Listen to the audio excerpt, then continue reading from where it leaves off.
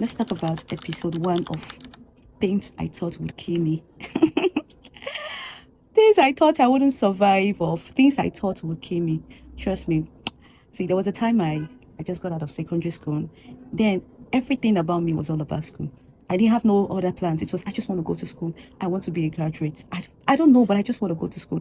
I worked tirelessly. In fact, immediately I got out of secondary school, I started looking for a job. In fact, I got out of secondary school today. I got a job the next day. I started work because I just want to go to school. Coupled with the fact that I know that, okay, my parents got lots of responsibilities.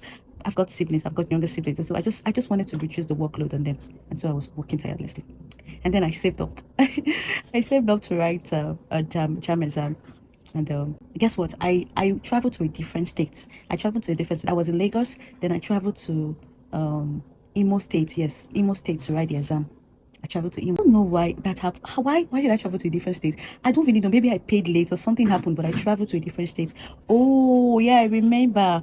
I think then you have to write maybe the jam according to what I was told. You have to write the jam close to the place you really want to apply for university. And I wanted to go to IMSU, so I went to write the jam in Imo State.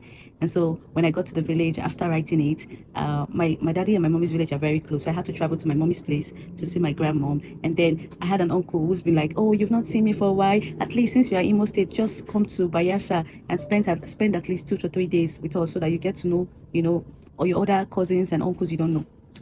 That's how I went to Bayelsa. So I think jam result then takes about 24 hours or 2 to 3 days. I really can't remember the duration though, but I know I checked my result in Bayelsa. When I went to the cafe, everywhere, I was speaking big English and they're like, I'm on this girl result. It's not now that you use your phone. They're like, this girl result, she could come out with. And then they checked the result. The woman stared at me. She looked at me again and she, are you sure? Is this your name? I said, yes, this is my name. She called out my full name. I said, this is my full name. And she gave me my result. God, I beg you. Hey, I scored extremely low. I scored extremely low. I felt embarrassed because because of the way I came. So there were like 6 or 7 of them who wanted to see the score and everything, and I really disappointed them. And guess what? I don't know no one in Bayelsa. My uncle is already in the shop, so I was literally the one at home because the plan was I was going to cook that money and then take the result, take the food to the shop. I started crying on my way. When you cried, I cried like an homeless person. I cried like someone who has lost all hope because of a truth that's at them. I lost all hope. I cried home, like I saw everyone staring at me. But guess what? I didn't care because nobody knew me around there. I only came there to spend like 2 to 3 days, so nobody actually knows me. I cried from that place to the house. For 2 days I spent in Bayelsa, it was one of the worst days of my life. Those 2 days were actually one of the worst days because I couldn't sleep. Like everybody would be sleeping, I would wet the pillow with tears in my eyes. In fact, at some point I was telling God, take my life. That was how bad it was. Hey, I just wanted to go to school. I just wanted to be a graduate. I just wanted to go to school. And the pressure that comes with, all your mates are in school except you. It is where. Guess what?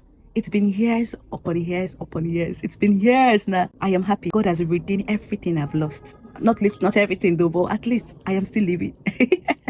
I am not dead. I can't even forget. I intentionally told God to take my life because I did not pass my jam. This is to somebody out there who has lost all hope or who feels that, if this particular thing leaves me, guess what? I will never get anything in life. There is a girl here. There is a girl right here speaking to you. Speaking to your soul. Now who die and I lose. Okay, I will tell you guys more episode. But for now, let's laugh about it.